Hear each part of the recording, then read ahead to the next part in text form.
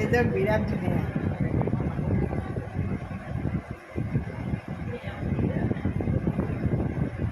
আচলটো এইটো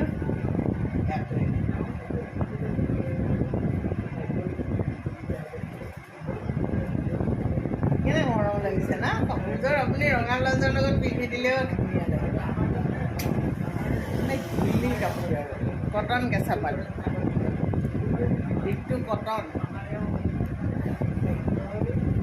মেখেলা। ইমান মৰম লাগিছে। ব্লাউজ পিচ চাইড পাৰি।